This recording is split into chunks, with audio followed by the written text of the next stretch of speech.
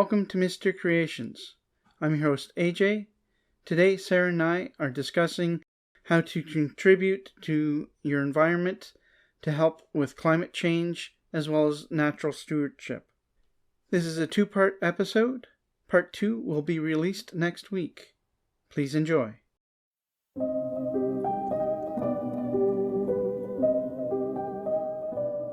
For Earthday, we couldn't get any interviews set up, so AJ and I just picked a few topics to talk about. It'll be advice to you guys, as well as some good news on the horizon for better world management. What did you get into? Okay, so the first thing I did is called xeriscaping. Xeriscaping is not something up north that we talk about because it usually has to do with the desert and water management. But I expanded it to a broader meaning of native gardening. Stats I got are from National Geographic, and I believe they're specifically to like a desert region, but it's a practice of gardening in a way that is natural to your environment and does not require irrigation or watering. It can reduce water usage by as much as 50 to 70%. An individual house can save up to 120 gallons of water a day. The reason why this is important is in Canada and where I grew up in Indiana and the Great Lakes, water management is not a thing. We seem to think that it will never run out. We waste so much water, and the Great Lakes are the lowest they've ever have been. And now there's a whole, I don't remember all the states that are involved, but Colorado is one. I think it's some desert states. They're all fighting over water management because no official agreement was ever made because we thought water would be forever. But water is running out in an alarming rate. Well, xeriscaping is the idea of gardening in a way that reduces water, but it also reduces you having to look after it because it's natural. They did native gardening in Saanich here between the sidewalk and the road, and I only see them go out there once a year to clean it up. So instead of having to constantly, go look after your roses, look after all your flowers, you have to replant them every year because they're not regrowing. You have to do all this work. You plant it, and maybe once, maybe 3 or 4 times a year you go, you trim, you clean things up, and then that's it. And you save a ton of water. So using native plants, you save on water and on labor in maintenance of the plants because basically it's just trimming. Well, not only that, grass. So here in the Pacific Northwest, we had this discussion where I work about, people who don't want to mow their grass and how they want to keep it long. And I love natural grass. You can't do it here. It's a fire starter.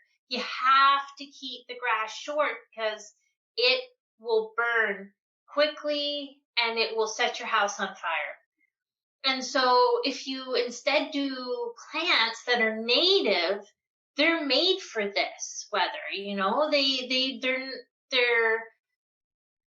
they're still, you still have the risk of fire, but not at the rate of foreign grasses. Well, and also, all of our neighbors don't give a crap, and they let their lawns die, which is a good thing because we shouldn't waste water to water grass that just isn't meant to live here. And it's like all these houses are just bright orange dead grass in the summer, whereas you plant native plants, they stay green all year, and some of them turn red and purple, and they're very beautiful. So what plants are available to us here that we could plant? Well, I didn't look that up because I did this very general, so I'll kind of go through it. So first, you need to know your natural climate.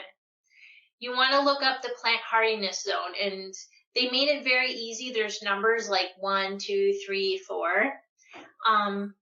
These are free on the internet. So you just Google plant hardiness zone, and you can find your exact region down to your county or what are counties called in Canada? Counties. Districts? Counties? Okay. Districts. Okay. So you can, and they have it for everywhere, but for US and Canada, it's highly detailed.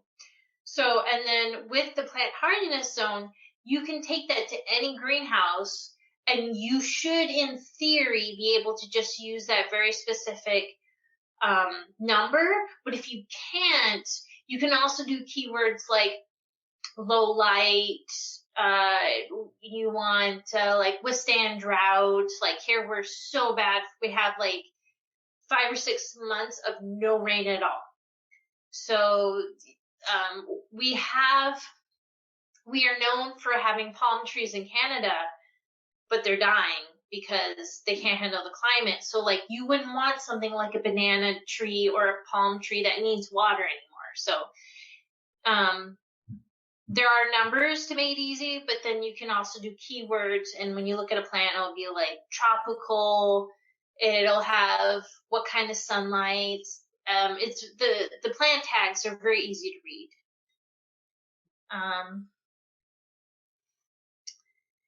So this goes into the second part. You want to look at your green space. So you need to, I would say, you would want to spend a full day outside and see how the sun hits where. Some need shadow all the time. Some need good sunshine. Some like mix. So, and you don't need, I love those landscape drawings on the internet. They're beautiful, but you don't need that. Circles and squares, just put a circle and be like, this is where my tree is, and then color it and put afternoon light. Like, you don't need to go fancy. Just make it readable and easy. And again, go to your local greenhouse. They're gonna know what you need. They're gonna be like, oh, so you have shade 5 hours of the day. This plant, your best friend. And so by doing that little bit of planning, you're saving yourself money in the long term. Why aren't more people doing this? Is the question. Why would they? I think it's intimidation, because if you look online, they're beautiful artwork of like when the horticulturist or the landscaper comes in, these do these really beautiful drawings, and so it's very intimidating. But really, you just need it legible. Like, you don't need to do fancy. Like, I can do shapes and I can color in things. And so just put in, like, let's say you have a patio that, like, between 2 and 5 gets sunshine. Like, you can draw a square, right, patio, and then, like, half shade it and be, like, 2 to 5 p.m. Or, where it's not shaded or whatever, 2 to 5 p.m. Just so they can be like, oh, I know that. Like, you can even put symbols and put it like, I know they're not teaching kids to read maps anymore, but used to be when you would draw maps, there's different symbols. They usually keep universal symbols, but sometimes they don't, and they'll have little things on the bottom. It'll be like, okay, this striped road is a logging road. This solid black line is a highway. You can do that. So you can do like a semicircle and be like half a day sun and put that where your patios. And then you can put in like a solid color dot and be like, and put down there full shadow. Like, keep it simple. Make a little map ledger at the bottom. I think people just again, beautiful drawings, but they see that and think that's how I have to plan my garden. You don't need to do those fancy drawings. You just need to make it legible. In the show notes, we're going to make sure to put in all our links, because where I got the information for this is also will help you tons. The two websites that you'll want to go to that were just amazing. Let me go down. So the Spruce and almanac.com, that is the Farmer's Almanac.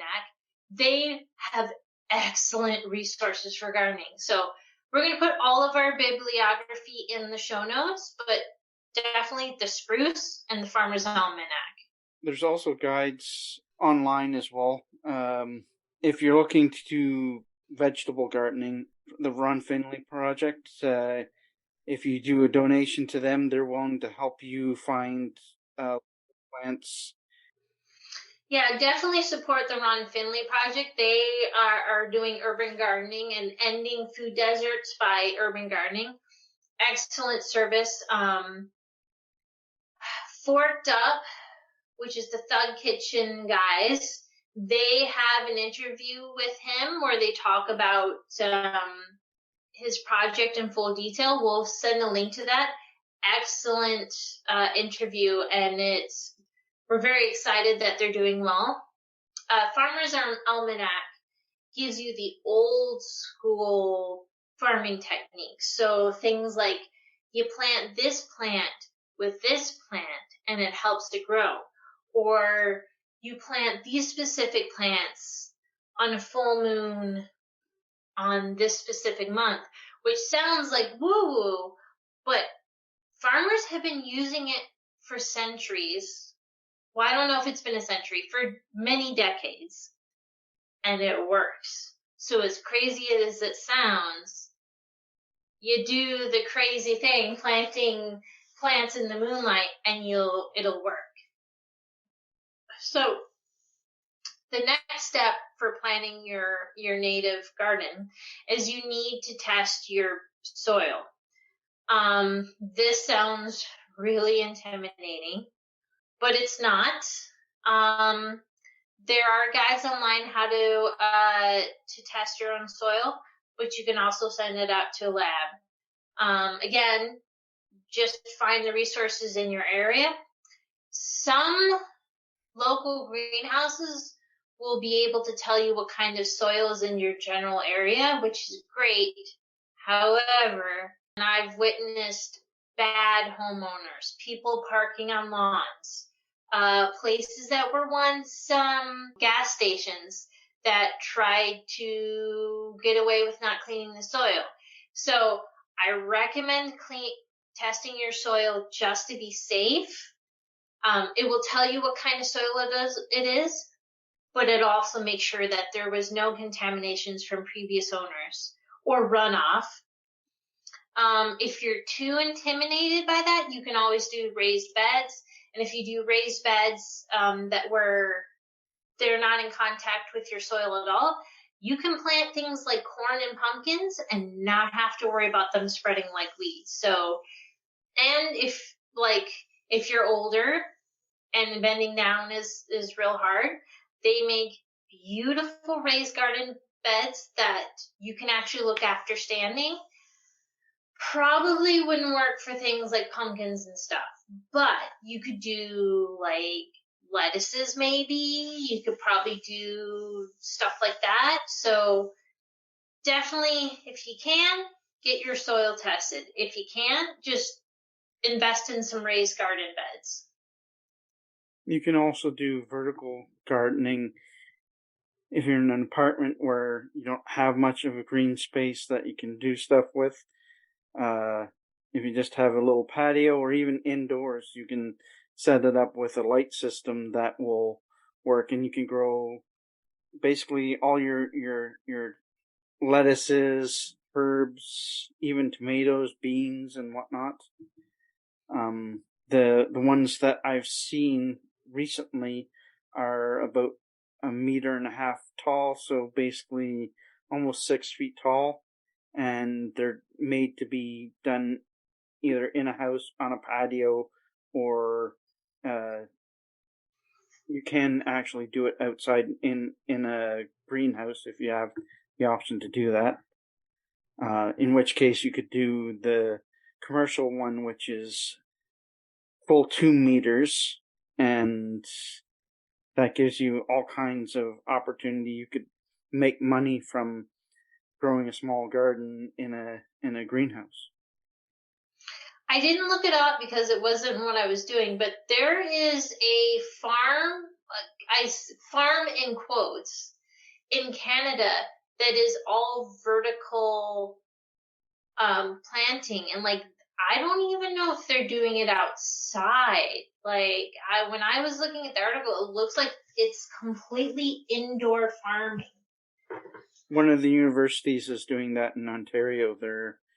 They have a rooftop terrace garden, but they also have a basement garden. We also was it one of the gentlemen from Wu-Tang Clan that we watched on Netflix? Yes. Okay, there's a show, and I can't remember the name of it, but it's a gentleman from the Wu-Tang Clan who's really interested in science. So he did this one season show where he went and looked at the future of science. And in Brooklyn, I think, they were using the Egyptian science of mirrors. So like everyone who's watched The Mummy, when they shoot the mirror and then light up the whole room, that kind of thing, to grow indoor tropical plants underground, and they were even able to grow some finicky plants. We should definitely look up and see how their progress is, because it's been a while, so... That'd be a good idea. And we could do an update of where they're at with that, and get specific information, put that in the show notes. It's Jizza from the Wu-Tang Clan. Thank you. Okay. So once you've gotten your plan and you know what kind of soil, it's time to find plants. I highly recommend you keep it local and you don't go to a chain unless it's a greenhouse chain that you trust. Now, the beautiful thing about Facebook Marketplace and Kijiji and Craigslist, tons of people give away free plants. There's always free plants or cheap plants. It's just some things like succulents will produce more and more plants forever and ever. And so people cut them, plant them, give them away free or really cheap. Also, you really want to go to a greenhouse or a nursery, because we used to work at a grocery store chain, and we can't name who it was, but they were getting in sick plants all the time. All the time. My banana tree, which unfortunately,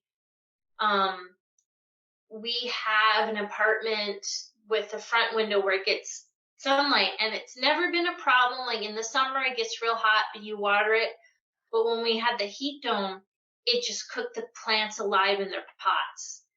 And unfortunately, I couldn't save them because they were just fried. But before that, it had a horrendous scar on its leaf, and it was sickly. And I was like, you know what? It's the last one. I really want a banana plant. I took it home. I was able to nurse it, but it was like 2 years of that scar before it finally healed. The coffee plant, same thing. It was sickly. They weren't looking after it right. I was able to get it to grow, and it grew really well. Unfortunately, it didn't survive the heat wave. But I mean, there was another plant, the rosemary plants. They plant them like Christmas trees, and I tried to save it, but they plant them so close together because it looks good that it kills the plant. It's literally just there to look nice over Christmas and then die. So do not buy plants from grocery stores. They don't care. They will sell you sick plants. They will sell you plants that are improperly grown because, well, it looks cool for 4 months. I have a ponytail palm that I was thankfully able to save. And I was able to search it through an image search to find what it was. It had a tropical tag, so they were watering it to death. I dried it out for 2 months, and it was able to bounce back, and it's very happy now. So go to a nursery, go to a greenhouse, go to nature sanctuary. So every year here in Swan Lake Sanctuary, they very much want people to plant more native plants, so they have a plant sale. And they tell everyone, if you just have a balcony, if you can put a few native plants on that balcony, it's like you are an oasis to the wildlife in the desert. The hummingbirds, the bees, they can go to your balcony, get the nectar that they need, and then fly off. So check your newspaper, check Craigslist, check the nature sanctuaries. I know that Cheerios for like years, and I don't know if they're still doing it, you go to this website and you'd put in your information and they would send you free wildflower seeds, because they realize the bees are why they can make Cheerios. So I don't know if they're still doing it, but I've gotten one every year for a few years, and I gave them away, and it's literally wildflower seeds. Your whole purpose is you go somewhere where you want wildflowers, and you just shake the thing out and you walk away. Like, you're not even supposed to plant them or anything. By numbers, basically, if you're putting 1,000 seeds, and if even 50% of them take, you have a nice field of beautiful flowers. Yeah, and I mean, I think that's the smartest campaign for Cheerios. Yeah. I remember Nova Scotia, my favorite florist was a lady who just had wildflowers in her garden, like in her yard. She let them do their thing, and she would make bouquets out of them, and they were like $5. They were the nicest bouquets I've ever seen. Like, I would go there and buy one every week. She was so lovely, and she's like, yeah, I don't do anything. She literally doesn't do anything. She just lets the flowers grow as they will, and they were the nicest flowers. And it's like, you know what? Forget roses and mums and all this crap. Grow what's natural. Like, thanks to the everyone trying to have more bee food, enough people have thrown around, I think it's daffodils, and there's a new purple flower. It looks like hyacinth, but it's smaller and more purple. And they're popping up in the most random places. Like, we have a new one that's popped up next to our steps. And I think they're daffodils. They're in the most random places because the birds and the bees are pollinating them, and now they're just everywhere, and there's all these lovely little yellow and purple flowers everywhere for the animals to feed on. And I can tell by the way that they're spreading, because there'll be 2 flowers here and 1 here and a bunch over there. The animals are spreading it. Yeah. And that's perfect. Like, they're spreading it, and there's food popping up all over, and nobody has to do anything but let them be. So my last thing, we just basically talked about it, is by natural landscaping, you are providing food. All these people who have lawns, or God forbid, the people who have AstroTurf now, the hummingbirds, the bees, they're dying of starvation. There's hundreds of videos online of people seeing lethargic bees and going and just putting sugar water out to get them food. Like, there's a company that's getting they print stickers that somehow the bees can eat from. And the idea is they want these stickers on like to-go cups and like phone cases or anything that you don't mind bees being on, and they can eat from the sticker and then get energy. So even if you just have a little dinky balcony, plant one or two plants. That little bit of nectar will get them to the field where all the flowers are. So, talking to David Millark of the Ancient Tree Archive, basically he was saying if you plant 2 trees a year, we would drastically reduce the carbon load on Earth. I wonder if everyone planted a small garden or had a few plants, how much that would impact. Well, it would stabilize the population in your area, which is important, especially here in BC and where we lived in Nova Scotia. They have big farms. So we lived in the city, so you think, no, it's not helping the farmers, and like, but it is helping those farmers because I don't have the number, but when bees and hummingbirds, they can travel pretty far a day. So that farm that's like 40 miles down the road, you might be feeding their bees. Possible, yeah. And there's urban beekeepers now too.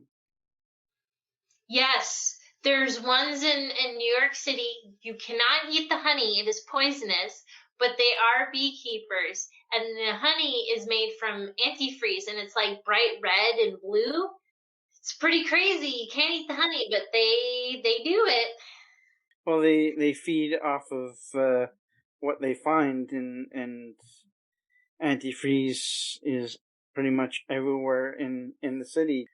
So, and you end up with the neon blue honey because they fed off of antifreeze.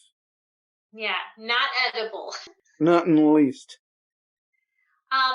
If all of this is really intimidating, there's good news. There are landscaping companies who can specialize in this. Just look it up. You might even be able to find a pre-made plan for you. There might be like someone, let's say in the Pacific Northwest, who set up a sample garden. So it's really easy to do on your own. It just takes a little planning.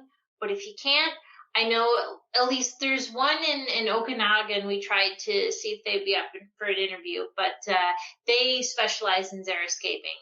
And again, xeriscaping is usually meant in like desert areas, but I think the definition should be expanded to mean planting native plants. Because if the plants are native to the environment, you don't have to water them in theory.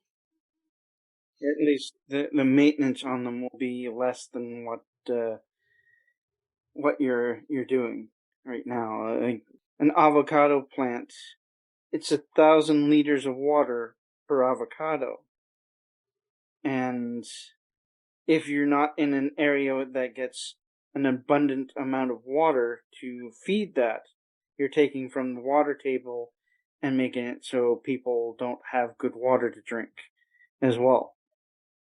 That's why you don't see avocados from California anymore, because California said it's costing too much water.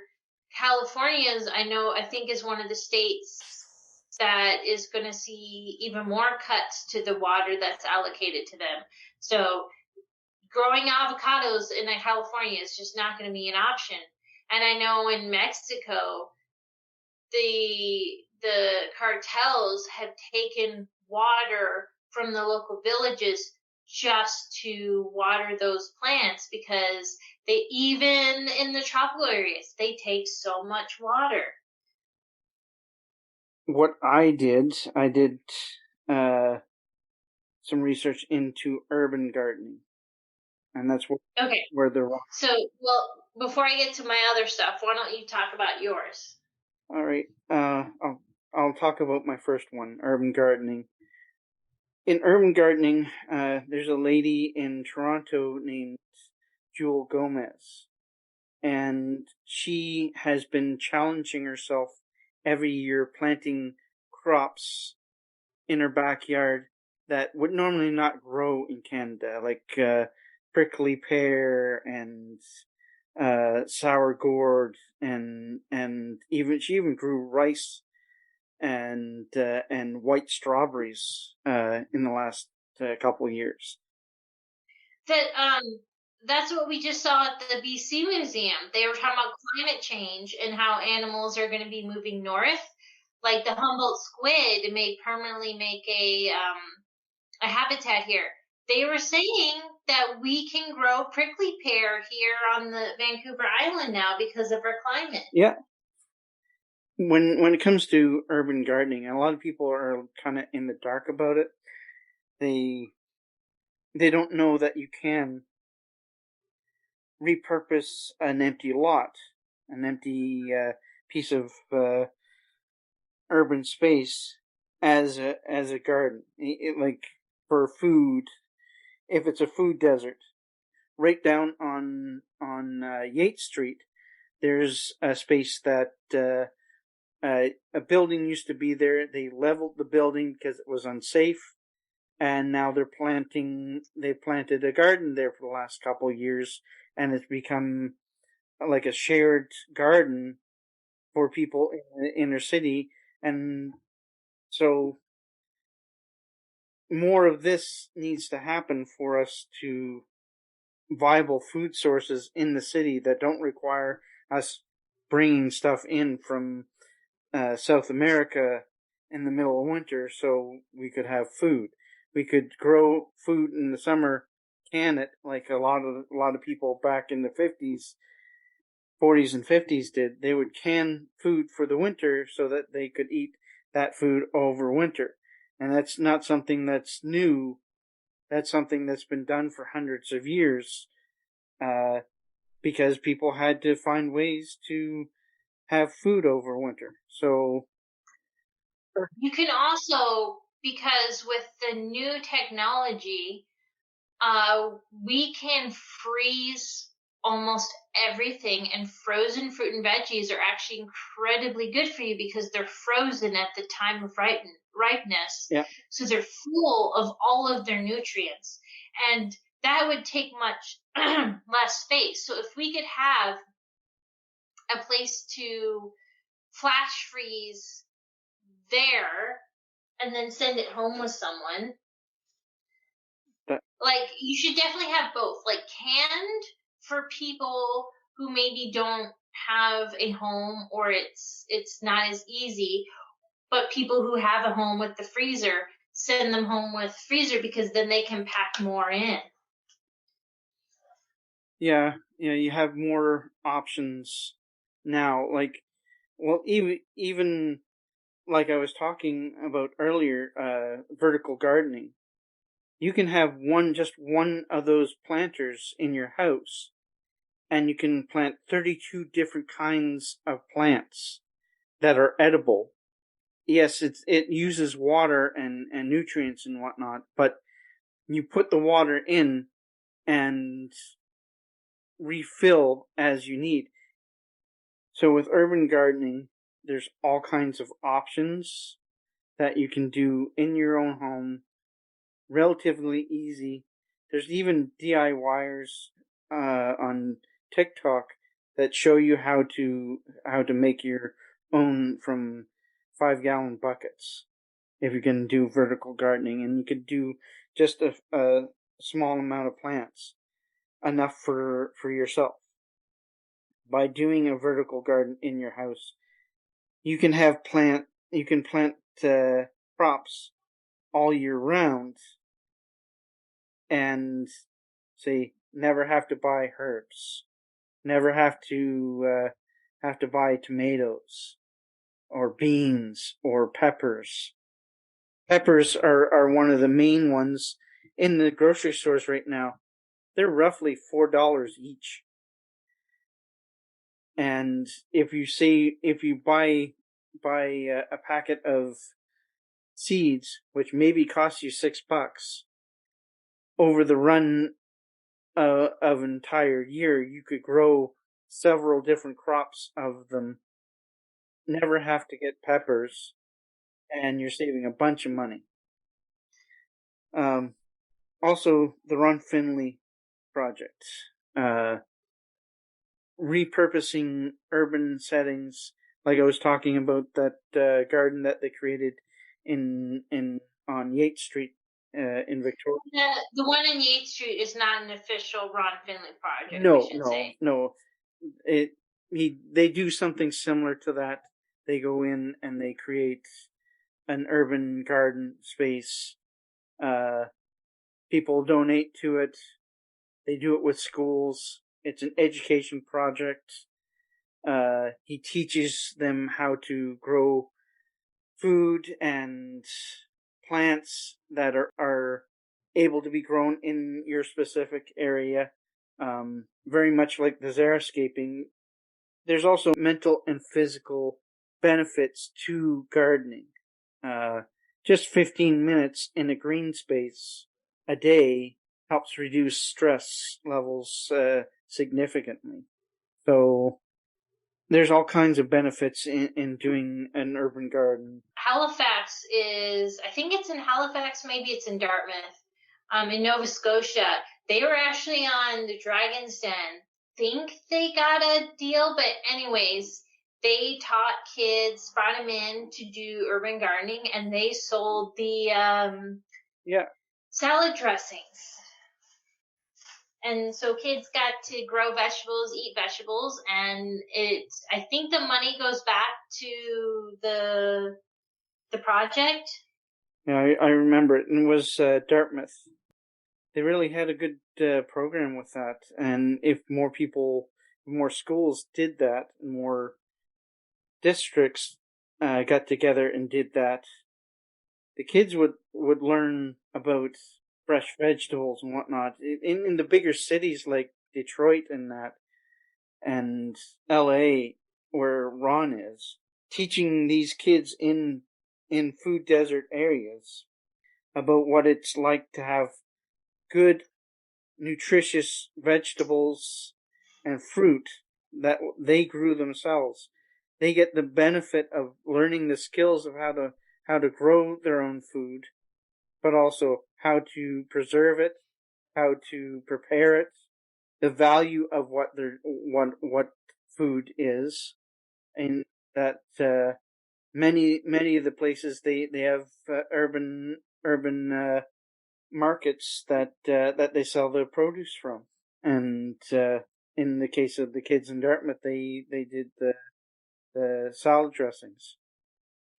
Yeah, I think that's excellent, and I think that's because I'm not trying to trash California, but like when we worked at the grocery store, if California wasn't on fire, it was underwater, and a lot of times the produce would be rejected at the border. The customs agents would be like, "You're not bringing it in here," because it would be so poor quality. And then sometimes we get in and we'd be like, "What are we supposed to do with this? It's garbage. It's rotten." And it's not that they're not trying. They put out tents for its workers because their workers are basically in water 24/7.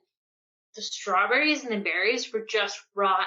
And then as soon as the rain stopped, the fires are going. And like the Dixie Fire, they stopped firefighting unless a population was endangered because it was so aggressive and so out of control. They were at a loss for what to do, and there's lots of controversy because they said, well, they're just standing in the road, they're not, and it's like, because the fires are so bad.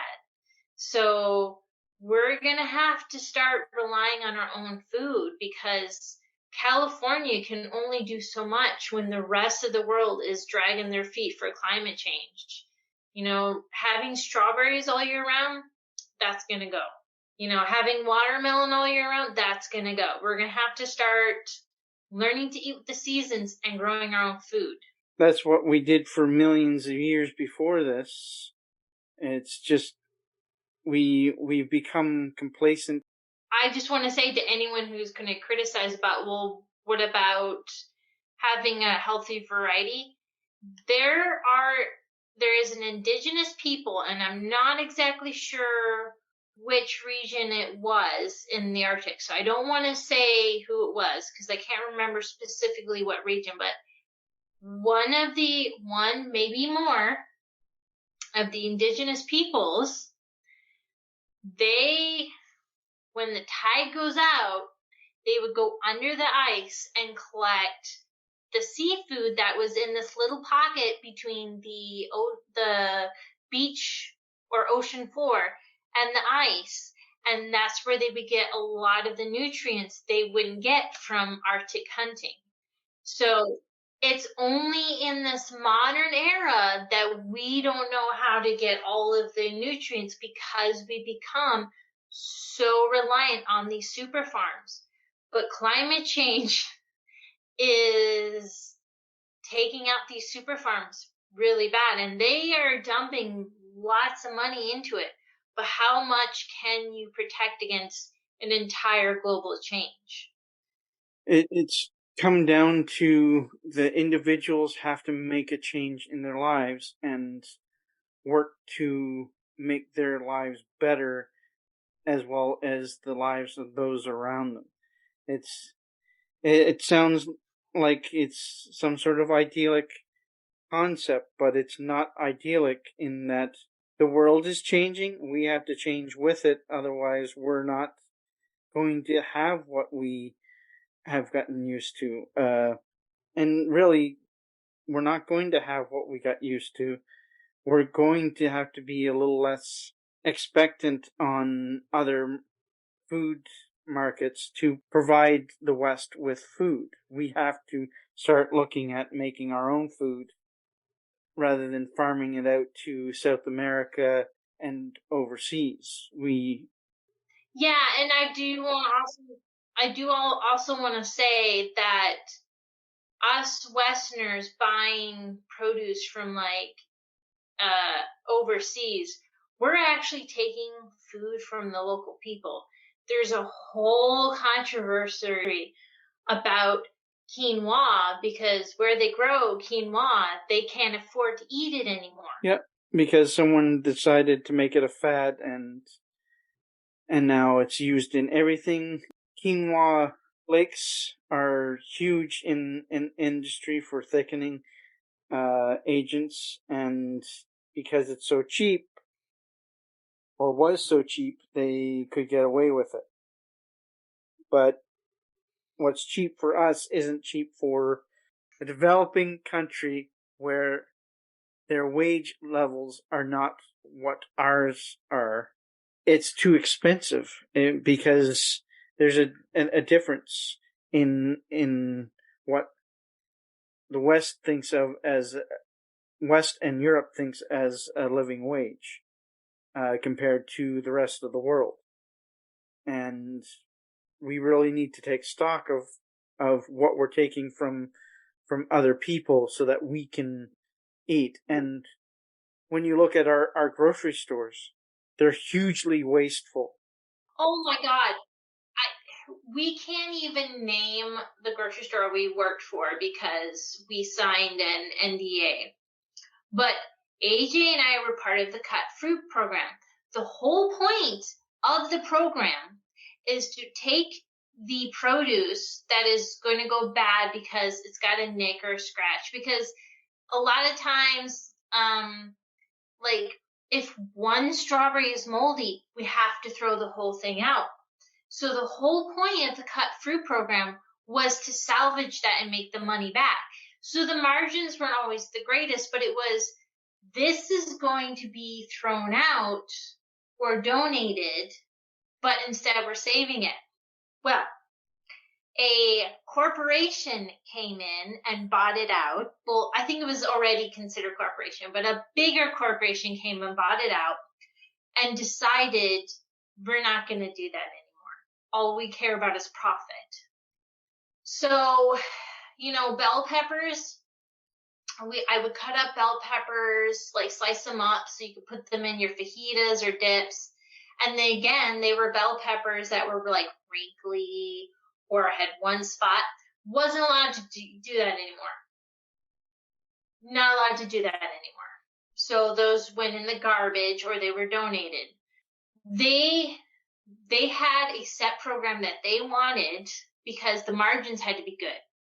So we were called the value added department. That's incorrect. We were not value added because we did not add value, because the majority of the produce was no longer allowed to be cut up by us because it's not part of the program.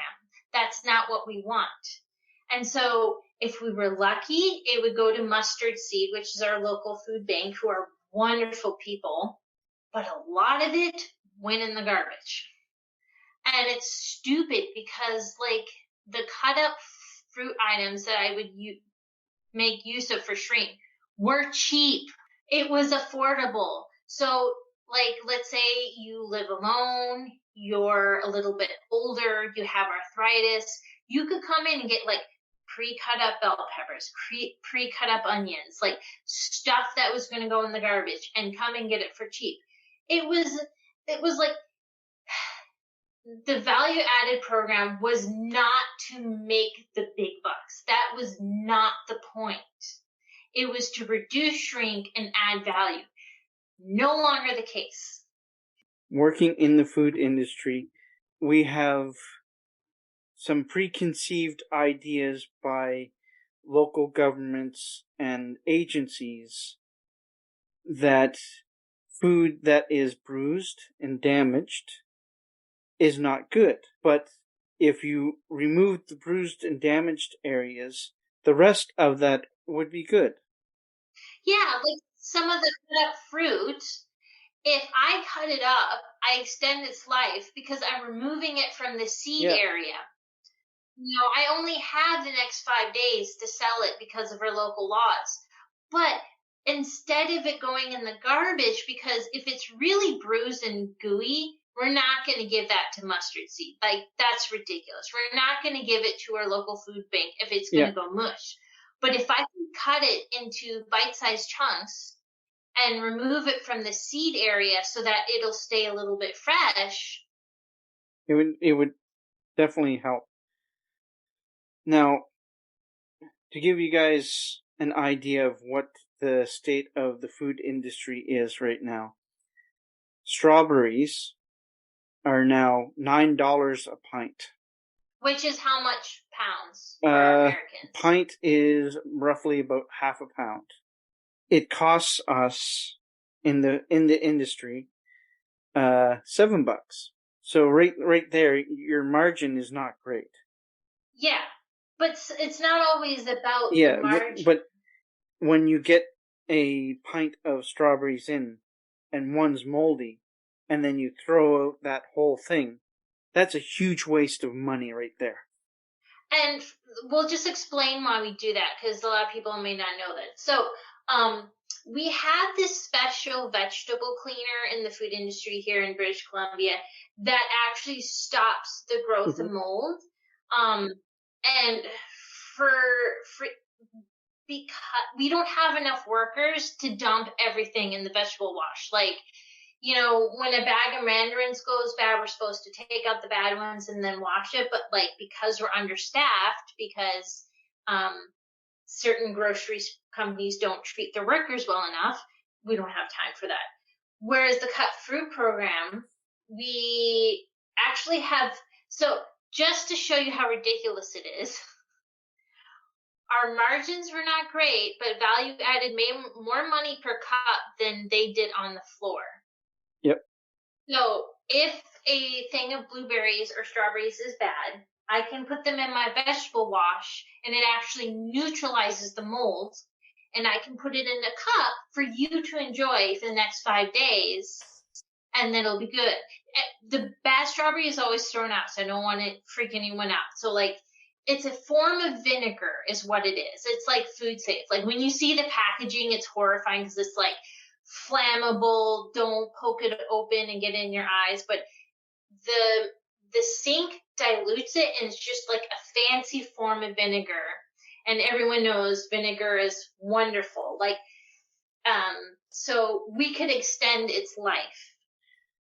Now, let's go one step further. A lot of the foods that we eat are fermented. Fermentation is a natural process of life. Yes, but you do have to do it correctly. But you have to do it correctly. Yeah, you don't stick strawberries in a jar and then eat them a week later. You'll probably be fine, but you'll probably also feel ill. There is a correct way to do it.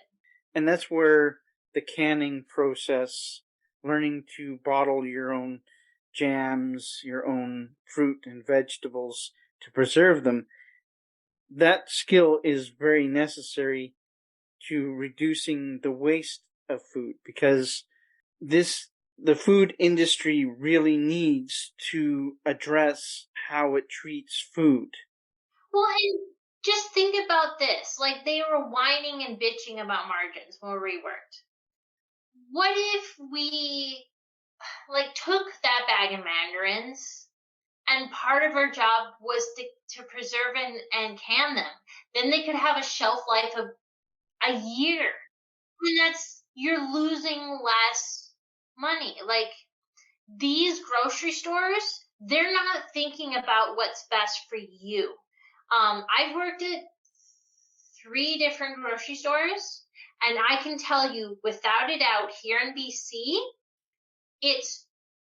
they get more money back in the long end by throwing it in the compost and writing it off than discounting it to you. Yep. So all of these grocery stores in BC, they don't want to discount the food and sell it to you, because if they write it off as a loss, they're getting more money back. It's true. And they may hate us for saying this. They may get upset about it.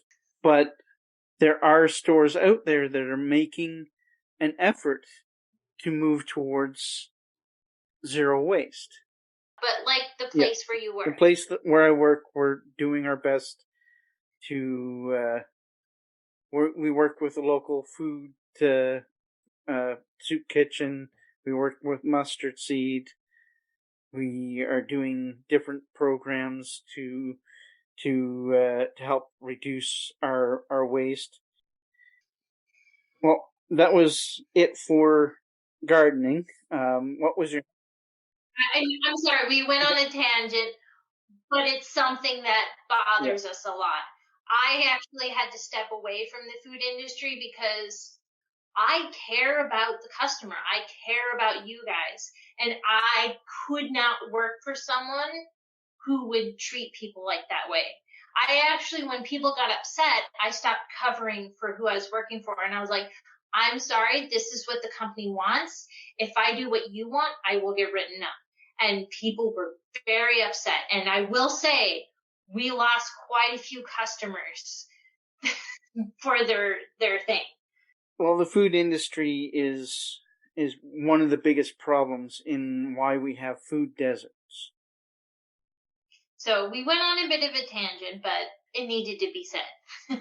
So we'll move on to bee gardens and be a good bird neighbor. So for bee gardens, you need to find the appropriate flowers for your region. We already went through that. You may even be able to find wildflower seeds that you can just sprinkle. Also, if you're going to have a bee garden and bird habitats, you cannot use insecticides. Our bees, why they are having a hard time is the pesticides and insecticides and dandelion killers are making them sick. It's lowering their immune system. So, you're going to have to get rid of that. The good news is there's lots of really great ways you can do it. I don't use this trick because I like slugs and I don't want to kill them, but like put beer in a bowl and the slugs will go to it and then drown. That's horrifying. There is a safer way to get them to go somewhere else. There's all kinds of natural ways, but this is the thing. You actually don't want to get rid of every bug and insect. You want to manage it because those are food for birds and other animals. So you more want to manage it. And again, the Spruce and Farmer's Almanac, great resources for managing them with natural resources. Oh, also don't kill your dandelions, please. They are food for bees and other animals. Do not kill them. Please leave them. There are options, natural options, like we use this for our house plants. You take banana peels and put them in water. It's recommended you use it, you leave it for a week, and it's natural plant fertilizer. So once you have a place for them to feed, you need to provide a shelter because we have a lot of bees that are solitary. The three most common are mason, leafcutter, and miner. It will provide them a place to sleep because, yes, bees go to sleep at night. It's very adorable. You should look up pictures of that. And it'll keep them safe. So this is where I needed to talk about it. I've been making a bee garden for my parents. I did a little water dish, which I took an upside down terracotta pot and then the kind of like curved dish. And I got some marbles and then they just fill it up just enough where the marbles are just sticking out of the water and the little bees can go on the marble and get its water. The reason why I got that is it's very easy to deconstruct and clean because, yes, you have to clean it with gentle cleaners. Bleach is your best friend. Somewhere on my notes, I have how much bleach to use, and when I find it, I will tell you. But yes, it has to be clean. So, bee hotels, when you look at the ones on Etsy, they're horrendous.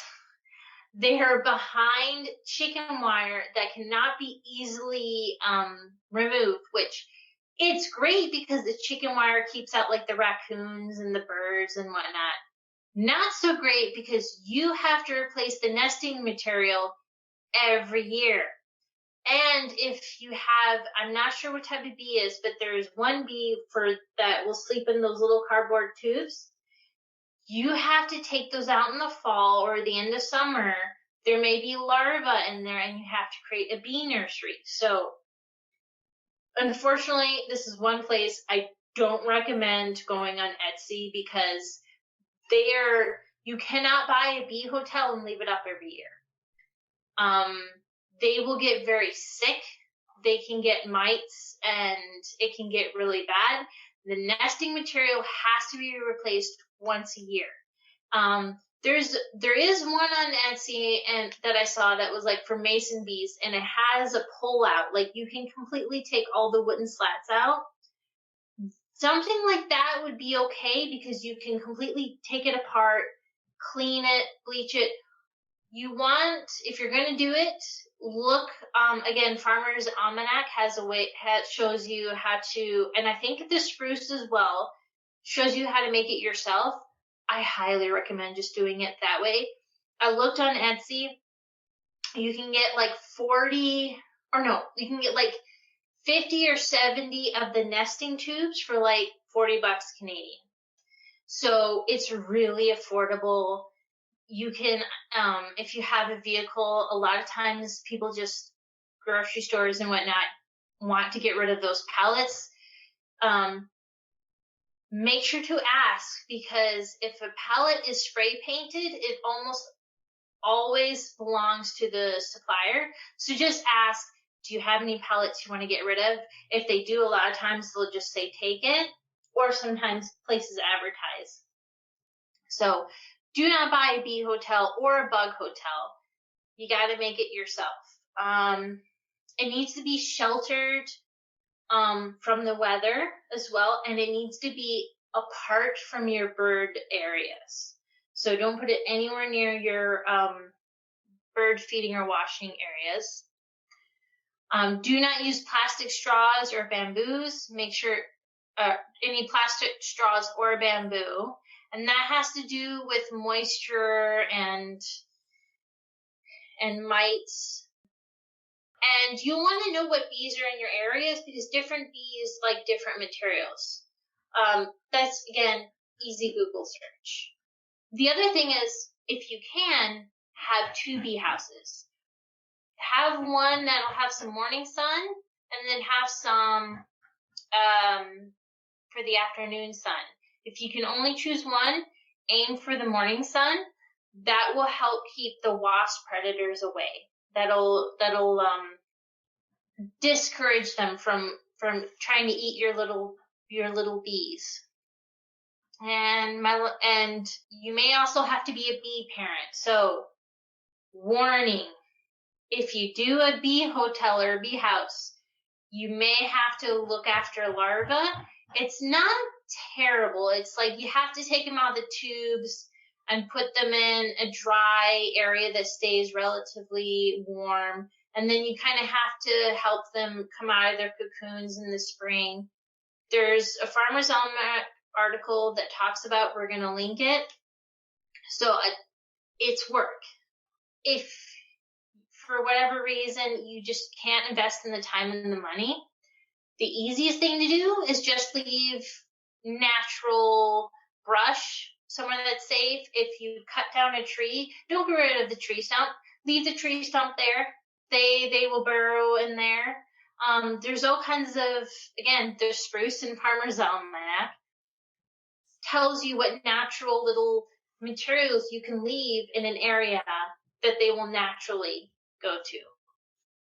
I think that if you're not willing to put in the effort to upkeep a bee house, at least a bee bath, and leaving the natural materials around that they can nest in, but do it away from your house. Don't do it next to your house. If you are allergic to bees, do it away from your house so that you're not inviting something that could harm you close to the house. And you do have to clean the bee bath. It has to be cleaned, but it's bleach and water.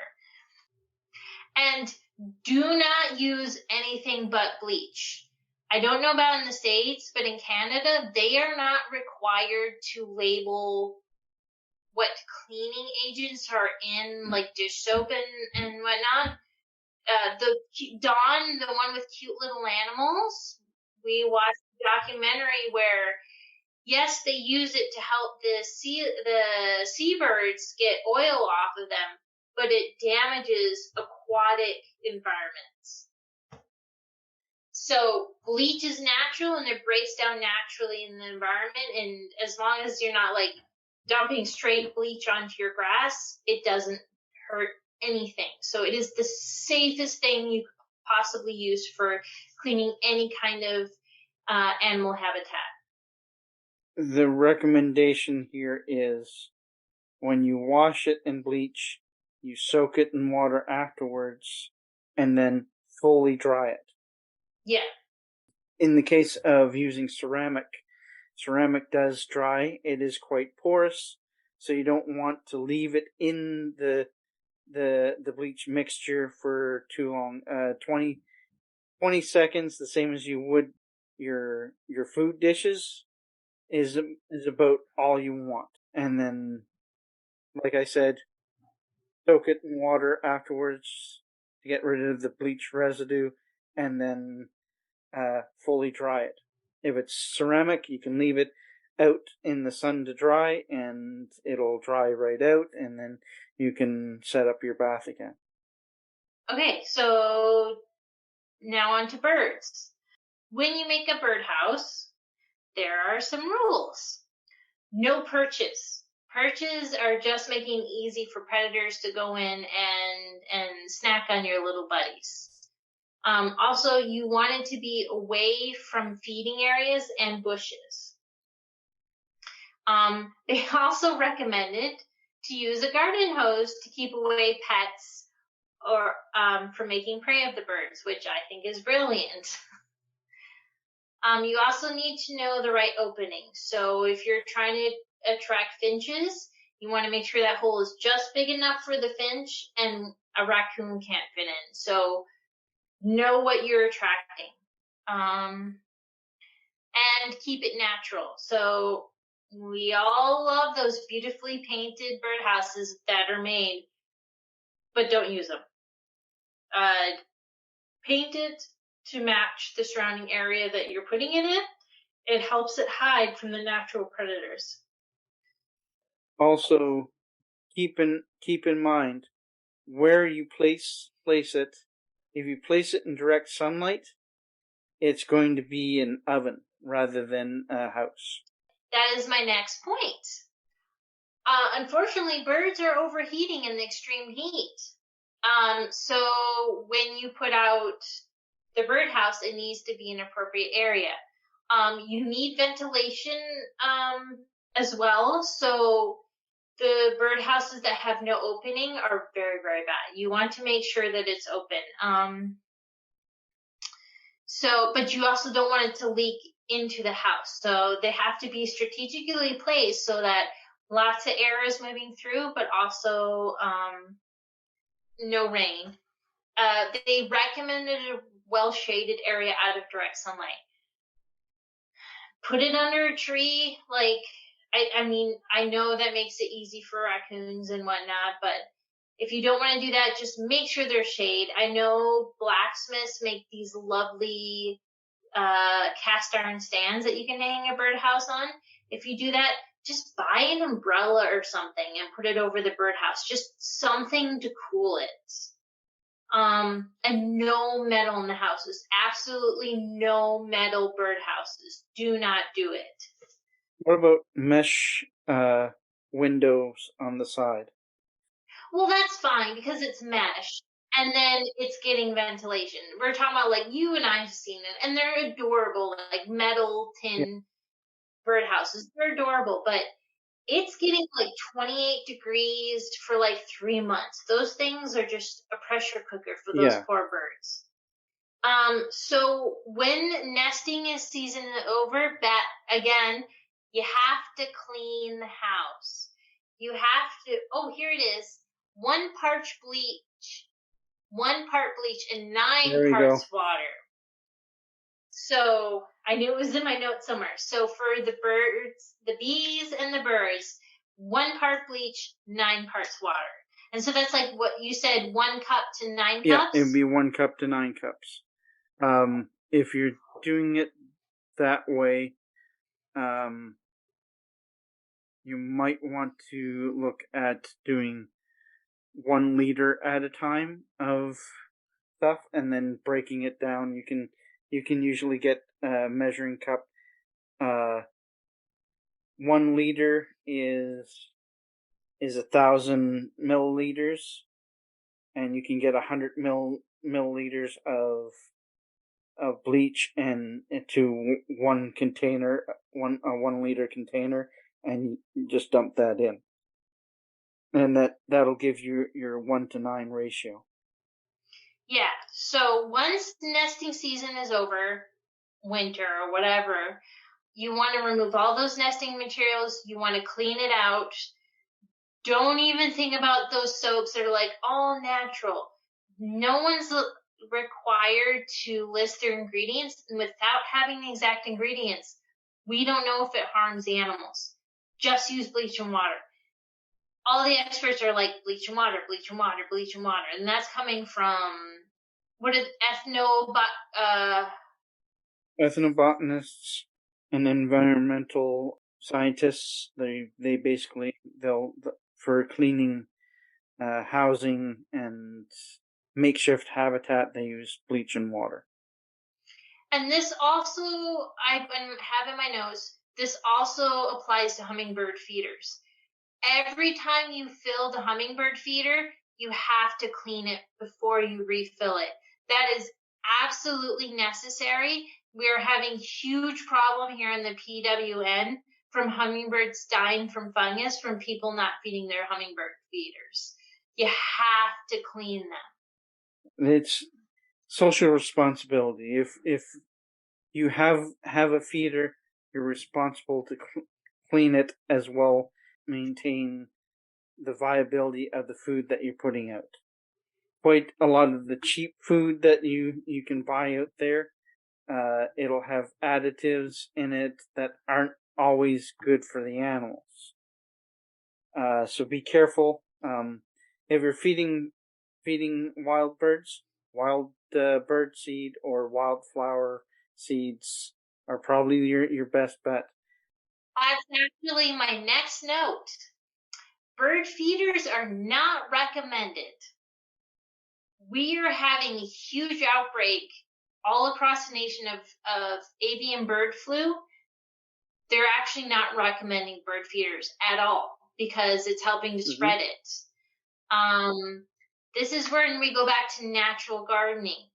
You can actually garden in a way that will feed your bird friends. If you are going to have a bird feeder, again, it has to be cleaned every time you fill it up to be safe, because any other, it's just, they're getting sick. So if you don't have a bird feeder, don't buy one. Plant in ways that find out what feeds the birds. Like you have finches, plant some fruiting bushes or something. But if you do have a bird feeder, every time you fill it, clean it with bleach. If you have a bird bath, you need to use bleach. You also need to make sure there's some shrubbery nearby, because predators know to wait by them at the bird bath. If there is shrubs nearby, they can quickly fly off into it. This is really important if you live in a desert region, because the predators in the deserts, that is how they hunt. They go to the watering holes and to get their food. So plant some bushes. It'll help your little feather friends. Do not paint your bird baths. Do not paint them. There is special paint for wildlife, but really just don't do it. Just leave them natural. No more than 1 to 2 inches of water. Songbirds can drown, so you don't want too much water. If you live somewhere where it rains a lot, like it does here, you just want to make sure that you go out and empty it after the rain is over, or cover it up. Also, if you have a bird bath, it becomes a known spot for your little birds, so you have to maintain it. So if you're going to have a bird bath, you are now a natural part of the environment. Make sure every day, just make sure it's got enough water. And you also need to winterize your bath. We, again, go to Farmer's Almanac or the Spruce. They have excellent articles on this, because songbirds and other birds, they can melt the snow, but it takes a ton of energy. So there's ways to winterize your bath to help them. Also, make it more. You want to make sure it's visible. So a big thing where I grew up in Indiana was stagnant water and mosquitoes. There's these devices that'll just slightly move the surface of the water that prevents mosquitoes, but it also makes them more visible for the birds.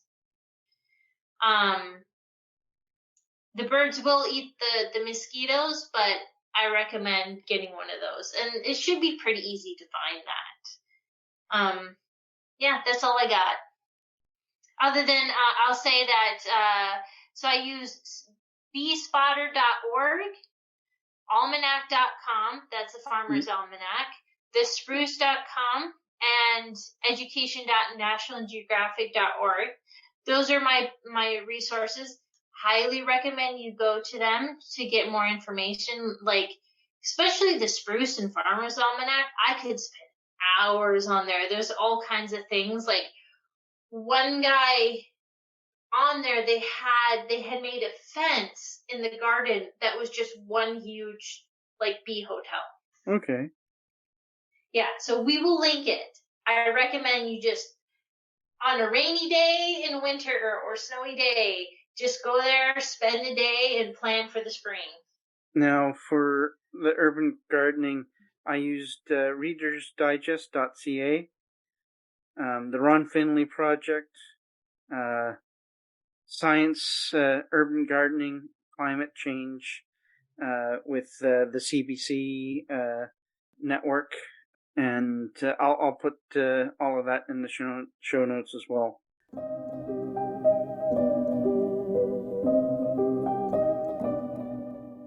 We hope this has been helpful, and are sorry for it being late. We both work full-time jobs. Things just got away from us this time. Please join us for the next episode, and we'll see you soon.